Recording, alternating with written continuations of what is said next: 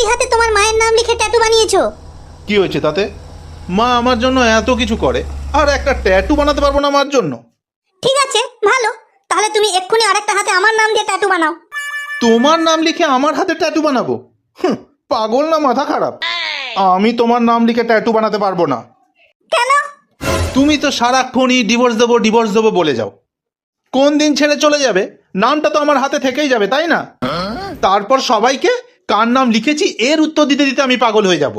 তো না দেখো, আমি তোমার নাম কিন্তু হাতে লিখতে পারবো না। তবে একটা কাজ করা যায়, তুমি যেহেতু আমার বউ, তাহলে এই বউ কথাটা আমি আমার হাতে ট্যাটু হিসেবে করে রাখি। এতে সুবিধা কি হবে, যদি তুমি কখনো আমাকে ছেড়ে চলেও যাও, পরের জন যে আসবে তাকে বলবো যে দেখো তুমি এখন আমার বউ, তাই জন্য আমি বউ লিখে রেখেছি। তুমি অন্য কাউকে বিয়ে করবে? কি করব বলো, বিয়ে তো করতেই হবে আমায়। আমাদের এই যে নগদ তোমার কোলে আছে, তুমি চলে গেলে কোনো না কোনো লক্ষ্মী ভাণ্ডার বা অন্নপূর্ণা ভাণ্ডারে ওকে তো দিতেই হবে, তাই না? এই রাখো তোমার নগদ, খুঁজে নিও তোমার মনের মতো কোনো লক্ষ্মী ভান্ডার বা অন্নপূর্ণা ভান্ডার। আমি চললাম, টাটা। আরে আরে দাঁড়িয়ে যাও, এখন কোথায় আমি নতুন ভাণ্ডার খুঁজতে যাব? আরে ওই শুনছো? প্লিজ আমাকে ক্ষমা করে দাও, প্লিজ।